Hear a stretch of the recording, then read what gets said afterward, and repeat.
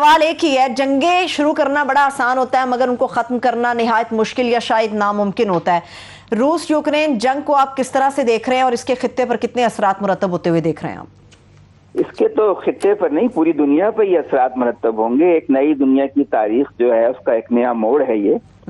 ہارون صاحب نے اتنی جامع گفتگو کر لی ہے اس موضوع پہ، آپ کو انہوں نے سارا نقشہ تو بتا دیا ہے کہ اس کے کیا معاشی اثرات ہو رہے ہیں۔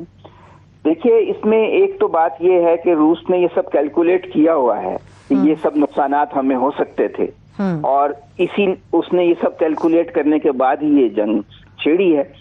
اب جب تک یہ گارنٹی انہوں نے کہا ہے ان کے وزیر خارجہ نے روس کے کہ ہمیں ایک تو گارنٹی یہ چاہیے کہ جو کرائمیا ہے اس کو روس کی فیڈریشن کا حصہ تسلیم کیا جائے، اور جو دونباس کا علاقہ ہے یعنی مشرقی یوکرین کا، اس کو علاقائی خود مختاری دی جائے، اور تیسرے یہ کہ یوکرین جو ہے اس بات کی کمٹمنٹ کرے کہ وہ ایک مخصوص لسٹ ہوگی اسلحے کی، اس سے زیادہ اسلحہ نہیں رکھے گا۔ تو اب یہ تو بہت مشکل ہے۔ میرے خیال میں تو یہ جنگ جو ہے روس اور یوکرین کی نہیں ہے، بلکہ ایک طرف روس ہے اور دوسری طرف امریکہ ہے اور نیٹو ہے۔ تو اب یہ ایک معاملات ان کے آج جنرل اسمبلی میں قرارداد منظور ہو گئی ہے۔ 141 ملکوں نے روس کے خلاف ووٹ دیا ہے، 5 نے حق میں دیا ہے، 35 جو ہیں اس میں انہوں نے حصہ نہیں لیا، اور اس میں پاکستان، انڈیا، چین، سری لنکا، بنگلہ دیش یعنی ساؤتھ ایشیا کے تمام بڑے ملکوں نے اس میں حصہ نہیں لیا قرارداد میں، ووٹنگ میں۔ تو عالمی برادری تو بلا شبہ روس کے اس وقت خلاف ہے، اور امریکہ جو ہے اس کو لیڈ کر رہا ہے۔ اب یہ معاملہ اسی وقت میرے خیال میں اس کا نتیجہ یہی نکلے گا کہ مشرقی یوکرین جو کہ روسی نژاد ہے وہ ایک الگ ملک بن جائے گا، اور مغربی یوکرین جو پولش نسل کے لوگ ہیں وہ ایک الگ 2 حصوں میں تقسیم ہوگا، شمالی کوریا جنوبی کوریا کی طرح، مشرقی یوکرین اور مغربی یوکرین۔ مجھے لاسٹلی بتائیے گا عدنان عادل صاحب، روس نے فاشزم کے خلاف کہا ہے کہ جب ہم عالمی کانفرنس کا انعقاد کرنے جا رہے ہیں، کیا یہ نتیجہ خیز ثابت ہوگی؟ اس کا فائدہ کیا ہوگا؟ دیکھیے، جو اس وقت یوکرین میں گروپس ایکٹیو ہیں نا، ان میں نیو نازی گروپس بھی ہیں۔ نیو نازی وہ جو کہ ہٹلر کو اپنا رہنما مانتے ہیں، فاشسٹ ہیں جو، اور وہ ان کی مدد سے ہی روس کے خلاف وہاں تحریک چلائی گئی جسے میدان تحریک کہا جاتا ہے، اور وہاں پر روس کی جو حامی حکومت تھی اسے ہٹا کر ایک امریکہ نے اپنے پٹھو زیلنسکی کی حکومت قائم کی۔ وہ جو گروپ ہے نیو نازی گروپ، وہ اس کے خلاف وہ ایک کنسنسس ڈیولپ کرنا چاہتے ہیں، اور روس اس کی کافی اپیل بھی ہے۔ ظاہر ہے کہ روس کے پاس اپنے سفارتی حمایت حاصل کرنے کے جو بھی طریقے موجود ہیں وہ اس کو استعمال کرے گا، کیونکہ جرمنی نے بھی تو کہہ دیا ہے نا کہ ہم اب 100 ارب یورو اپنے ملٹری بجٹ پہ خرچ کریں گے، جو کہ پہلے وہ نہیں کرتے تھے۔ تو ایک یعنی جرمنی ایک بڑی فوجی طاقت کے طور پہ ایمرج کر رہا ہے، اور جرمنی اور روس کی تو بہت تاریخی لڑائی رہی ہے، جنگ عظیم، 2 جنگ عظیم جو ہیں وہ اس میں وہ حملہ ہوا ہے روس پہ، تو یہ معاملہ کافی گھمبیر ہو گیا ہے۔ ٹھیک ہے، بہت شکریہ، تھینک یو سو مچ عدنان عادل صاحب نے اپنا قیمتی وقت ہمیں دیا۔ ایک بریک لیتے، بریک سے واپس آ کے گفتگو یہیں سے آگے بڑھائیں گے، مگر اس کے ساتھ ساتھ کراچی کے اندر جو جرائم بہت زیادہ بڑھ رہے ہیں اس کے متعلق بھی بات کریں گے، ہمارے ساتھ رہیے۔ بریک کے بعد ایک بار پھر سے پروگرام میں ہم آپ کو خوش آمدید کہیں گے۔ ہارون صاحب، 2 موضوعات ہیں، کوشش کریں گے دونوں پہ بات ہو جائے۔ پہلے تونسا والا معاملہ دیکھیے جی، رکھ کوٹ ایک موضع ہے، اس میں 51,000 کنال زمین ہے، ایک رکھ ترمن ہے، اس میں ہے 56,000 کنال زمین، میر بادشاہ کا سرانے کا قبضہ ہے۔ تمام لوگ یہ الزام لگاتے ہیں عثمان بزدار ان کے پشت پہ ہیں۔ یہ شہباز شریف نے دی تھی زمین 40 کنال زرعی گریجویٹس کو، اور ٹیوب ویل لگا رکھے ہیں، اور انہوں نے یہ فرمایا ہے وزیر اعلیٰ نے مبینہ طور پہ کہ چونکہ مقابل پروگرام میں مجھ پہ تنقید کی جاتی ہے اس لیے ان کو زمین نہیں ملے گی۔ عمران خان صاحب، خدا کے واسطے کوئی ان غریب لوگوں پہ رحم کریں، اور ان کے زمین جن کو الاٹ ہوئی ہے انہیں دلائیں۔ اور عثمان بزدار صاحب نے کافی اپنے رشتہ دار ٹھیکیدار بھرتی کرا لیے، باقی زندگی ان کی آسودگی میں گزرے گی، کافی پیسے میرے خیال بنا لیے ہیں، اور ان کو زمین دیں، ان کو لے کے کوئی حد ہوتی ہے، وہ غریبوں کی دعائیں لیں، بد دعائیں نہ لیں۔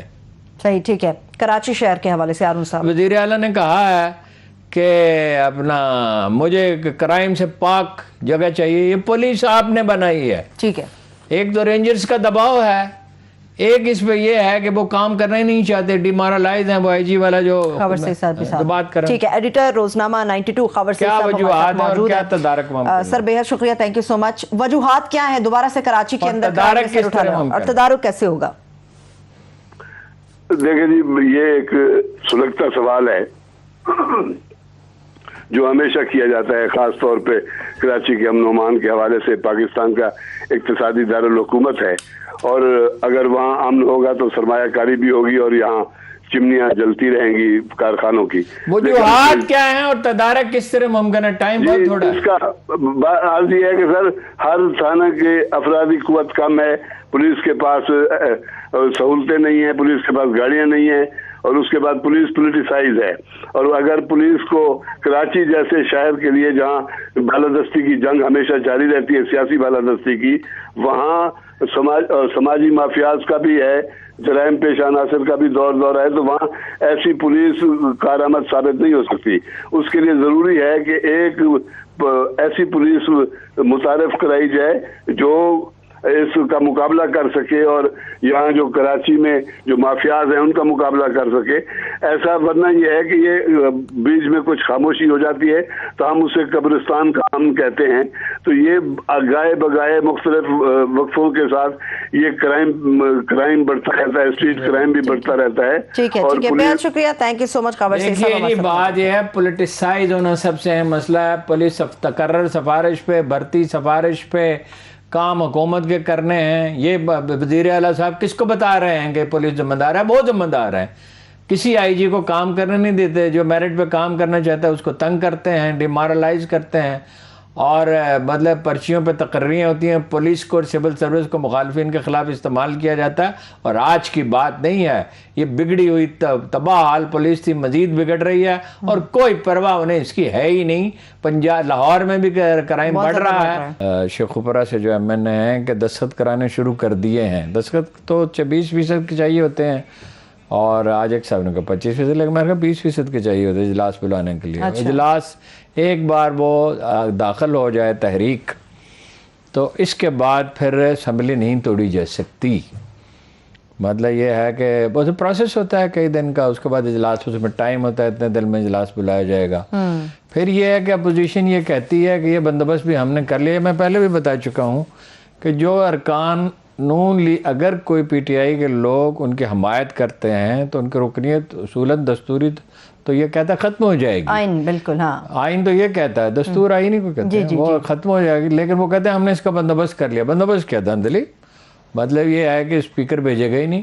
اگر حکومت عدم اعتماد ہو جاتا ہے وزیر اعظم کے خلاف تو اسپیکر تو نیا چنا جائے گا، نئی حکومت ہوگی تو وہ بھیجے گا ہی نہیں آگے. مگر یہ تو ایک غیر آئینی بات ہے. ٹھیک ہے، ٹھیک ہے. اچھا، پھر یہ ہے کہ ایک حکومت کے حامی کالمسٹ نے بھی لکھا ہے کہ ان کی اطلاع یہ ہے کہ تعداد پوری ہو چکی ہے ان کے پاس، اور اب جو ہے متحرک ہوئی ہے آئی بی اور انفارمیشن فراہم کر رہی ہے، اور وزیر اعظم ایک اور پیکج کا اعلان کر سکتے ہیں بہت جلد، کچھ اور سہولتیں دے سکتے ہیں. اور یہ ہے کہ بہرحال اس میں اب سچویشن جو نظر آ رہی ہے وہ یہ ہے کہ کچھ لوگ تو ان کے ملے ہوئے ہیں. اچھا، ٹھیک ہے. اب یہ ان کی کوشش ہوگی کہ ان کو روک دیں جن کے بارے میں یقین ہو کہ وہ ان کے خلاف ووٹ دیں گے. حکومت بہرحال بہت طاقتور ہوتی ہے، باوجود اس کے کہ حکومت ایسی مشکل صورتحال میں ہو تو جو سائی وال اور وغیرہ کون سے ڈویژنوں کے لوگ ملے، ملتان ڈویژن کے بھی لوگ ملتے ہیں، ملے ہیں، بھاولپور کے بھی ملے ہیں. تو وہاں پہ مثلاً یہ ہے کہ ملتان کے حاجی جاوید اختر انصاری اور سلمان نعیم اور لودھراں سے شفیق آرائی نے تحفظات کا اظہار کیا. بعض ارکان نے کہا کہ حکومت اب بھی مقبول ہے. تو عمران خان کا ایسی بات نہیں ہے، مقبولیت میں کمی آئی ہے لیکن ہم سنبھال لیں گے سچویشن. ٹھیک ہے. احمد پور شرکیہ کے سمیع گیلانی صاحب سے کہا گیا بات کریں اجلاس میں، تو انہوں نے معذرت کر لی. رحیم یار خان مبین عالم اجلاس چھوڑ کے چلے گئے، ان کا تعلق ہے اس سے میرا خیال ہے.